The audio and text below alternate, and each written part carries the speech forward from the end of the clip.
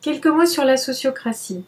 Donc le principe, je vous ai parlé juste avant de la notion du cercle, donc ça fait partie des 4 grands principes de la sociocratie, donc de fonctionner en cercle, donc voir l'autre vidéo, de décider de fonctionner avec un consentement, que les décisions soient prises par consentement, ce qui signifie que tout le groupe va discuter sous la forme du cercle de paroles que nous avons vu, à partir d'un cercle de différentes étapes à suivre par rapport à une décision donnée.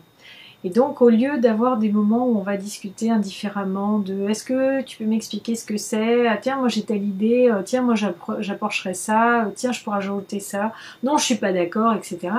On va apprécier qu'il y a différents moments dans une prise de décision. On a besoin d'avoir l'information pour comprendre, on a besoin de clarifier, on a besoin d'ajouter des idées, on a besoin de ne pas être d'accord et donc d'avoir une écoute de ces objections, on a besoin d'enrichir la nouvelle formule qui a été donnée, on a besoin de prendre une décision, on a besoin de se mettre d'accord et de clôturer et de célébrer. Donc il y a un certain nombre d'étapes qui constituent donc ce qu'on appelle le cercle de décision, de consentement.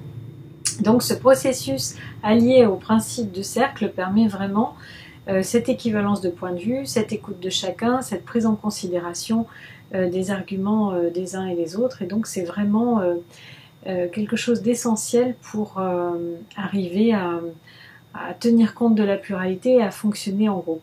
Le seul inconvénient, c'est que ça prend du temps, donc il faut le prévoir, il faut quelqu'un qui facilite les choses pour arriver à timer le temps qu'on va allouer à chacun, et puis il faut réguler la parole et donc avoir posé des règles de parole au préalable. Voilà.